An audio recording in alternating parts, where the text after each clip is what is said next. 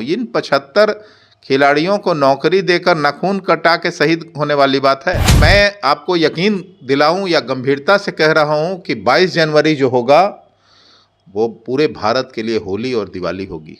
ये वही लोग हैं जो जाति पाति के, धर्म की राजनीति करके आज बिहार में सत्ता पे काबिज हैं। खेल खिलाड़ियों की चिंता आप 75 खिलाड़ियों की कर दिए और इस पे पीठ थपथपा रहे हैं।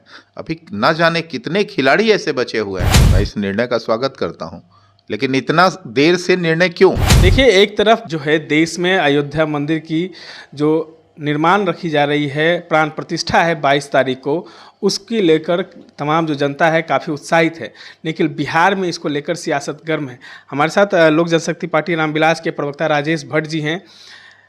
काफ़ी उत्साह है भक्तों में, लेकिन बिहार में तमाम जो नेता हैं, नालंदा के कौशलेंद्र हैं, कोई बड़ा कहते हैं कोई बड़ा कार्यक्रम थोड़ी है, शादी ब्याह थोड़ी है, श्राद्ध थोड़ी है जो निमंत्रण मिलेगा तो हम चले जाएंगे।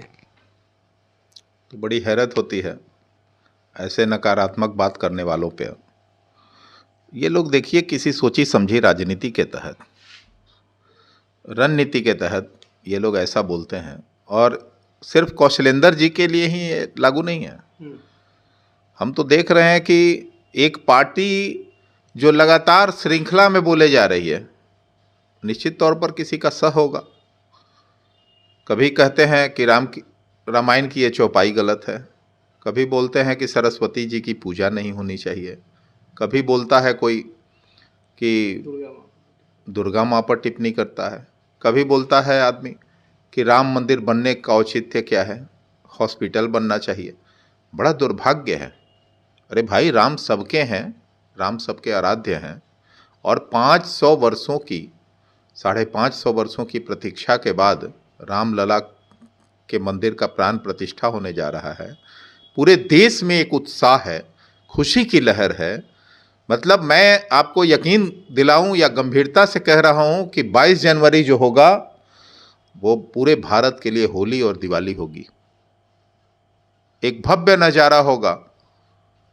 जो लोग अयोध्या जाएंगे वो तो खुश नसीब हैं ही, दूर दराज बैठे हुए जो टीवी सेट पर भी उसके दर्शन करेंगे, उस भव्य नज़ारा का, वो भी मैं समझता हूं कि खुश नसीब होंगे कि हम लोगों के जीवन काल में ये क्षण ना रहे। चिराग पासवान जाएंगे तो हम लोगों को तो चिर प्रतीक्षा है इस बात का। अब ये लोग किस राजनीति के तहत, धर्म को राजनीति से जोड़कर चलने वाले ये लोग हैं। ये लोग जाति पाति यही करके आज बिहार में राज करने वाले लोग। सवाल है, चिराग पासवान जाएंगे? जरूर जाएंगे, अगर आमंत्रण आएगा तो अवश्य जाएंगे। अच्छा, एक सवाल है कि जब से प्रधानमंत्री नरेंद्र मोदी बने हैं प्रधानमंत्री, तब से लोकसभा का उद्घाटन होता है तो राष्ट्रपति को नहीं बुलाया जाता है। अब अयोध्या मंदिर बन रहा है, जब आप बोले कि राम सबके हैं तो राष्ट्रपति को उसका उद्घाटन करना चाहिए, प्राण प्रतिष्ठा में उनको शामिल करना चाहिए, वो भी नहीं हो रहे हैं। नहीं, किसे करना चाहिए और किसे नहीं करना चाहिए, हम लोग निर्णायक स्थिति में नहीं है। और कोई कर रहा है तो उस पर हमारी टिप्पणी क्यों? सवाल ये है कि यह आस्था का विषय है, और यह होना ही अपने आप में एक बड़ी खुशखबरी है, देश के लिए गौरव की बात है।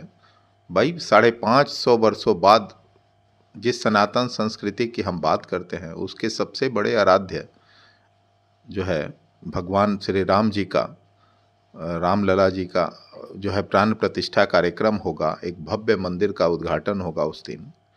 तो कौन कर रहा है कौन नहीं कर रहा है, इस नुक्ताचीनी में जाने की क्या आवश्यकता है? मैं नहीं समझता हूँ। नरेंद्र मोदी को नहीं मैं कौन लोग कह रहे हैं? ये वही लोग हैं जो जाति पाति के, धर्म की राजनीति करके आज बिहार में सत्ता पे काबिज हैं। ये वो लोग नहीं हैं जिनका आस्था राम में है, हालांकि उनकी भी आस्था राम में है, लेकिन राजनीतिक व्यवस्था और किसी के तुष्टीकरण के लिए ये लोग इस तरह के अलूल जलूल बयान देते रहते हैं। हम लोग ऐसे अलूल जलूल बयानों से उनको परहेज करने की सलाह देते हैं। एक सवाल और है, पॉलिटिकल ले लें। बिहार में अब खिलाड़ियों को नौकरी दिया जा रहा है। एक तरफ केंद्र में तमाम जो बड़े खिलाड़ी हैं वो अपना पदक वापस लौटा रहे हैं, वहीं जो यहाँ पे कहा गया है कि पदक लाइए, मेडल लाइए, नौकरी पाइए, और कल 71 जो खिलाड़ी हैं उनको नौकरी दिया गया। ये इतनी देर से क्यों निर्णय लिया गया, मैं इस निर्णय का स्वागत करता हूं, लेकिन इतना देर से निर्णय क्यों? ये चुनाव के आने के समय अब इनकी आंख क्यों खुल रही है? भाई इतने दिनों में कितने खिलाड़ी ना जाने, आज भी मैं जानता हूं, मैं भी एक राष्ट्रीय स्तर का खिलाड़ी रह चुका हूं, कितने खिलाड़ियों को मैं जानता हूं जो कहीं चाय बेचते नजर आते हैं, दीनहीन अवस्था में जी रहे हैं। भाई ये अगर प्रथा पिछले 32 वर्षों से आप चलाते रहते तो आज ना जाने कितने खिलाड़ियों का जो है जीवन स्तर सुधर गया होता और वो रोजी रोजगार उनको मिल गया होता खेल के बल पे। तो आपने 32 वर्षों में अब स्मरण किया है, अब सुध लिया है खेल और खिलाड़ियों का, बेहद दुर्भाग्यपूर्ण है। कल मैं देख रहा था रणजी ट्रॉफी पटना में आयोजित हो रही है, आप लोग भी उस पल के गवाह रहे होंगे। वहाँ स्टेडियम के जिस स्टेडियम में हो रहा है उस स्टेडियम का जो विजुअल दिखाया जा रहा था कि छतें चटक चटक के गिर रही है और इस वजह से जो खेल देखने वाले खेल प्रेमी आए हुए हैं उनकी कुर्सियां नहीं नीचे लग पा रही है, तो यह विषय गंभीर है। भाई खेल खिलाड़ियों की चिंता आप 75 खिलाड़ियों की कर दिए और इस पे पीठ थपथपा रहे हैं। अभी ना जाने कितने खिलाड़ी ऐसे बचे हुए हैं और उन खिलाड़ियों के साथ आपने क्या न्याय किया जिन खिलाड़ियों ने पिछले 32 वर्षों से इस बात की टकटकी लगाए रखा है कि राज्य सरकार हमको भी बहाल करे, कहीं पे किसी सेवा में जो है हमको भी समंजन करे। तो क्यों नहीं किया आपने? ये एक बड़ा सवाल है ना भाई। 75,000 ऐसे खिलाड़ी होंगे बिहार में। मैं बिहार की प्रतिभा को कमतर नहीं आंकने वाले लोग हैं, हम खेल और खेल प्रतिभा में जीने वाले लोग हैं। आज भी मैं खेल और खिलाड़ियों के बीच में रहता हूं और निरंतर देखता हूं इन 75 खिलाड़ियों को नौकरी देकर नाखून कटा के शहीद होने वाली बात है। ऐसे तमाम खिलाड़ियों को बहाल किया जाना चाहिए जो राष्ट्रीय स्तर के खेल में शामिल हुए हैं, जो राज्य स्तर पे अपना बेहतर प्रदर्शन किए हैं। देखिए आंखें खुलनी चाहिए, लेकिन 32 साल पहले अब जब चुनाव नज़दीक आया है तो महागठबंधन सरकार को खिलाड़ियों की सूद लेने की सूची है। वहीं अब अयोध्या मंदिर में नरेंद्र मोदी प्राण प्रतिष्ठा कर रहे हैं, इस पर लेकर जो विवाद खड़ा हुआ है कहीं ना कहीं उस पर भी कहा गया है कि राम मंदिर सबके हैं और कौन इसकी शुरुआत कर रहा है, कौन इसकी नींव रख रहा है, इससे कोई मतलब नहीं होना चाहिए। भगवान राम में आस्था देखना चाहिए और करीब 500 साल बाद भगवान राम आ रहे हैं तो उनका स्वागत दिल से करना चाहिए। इन तमाम बातों पर हमारे साथ थे राजेश भट्ट, लोक जनशक्ति पार्टी के रामविलास के प्रवक्ता हैं।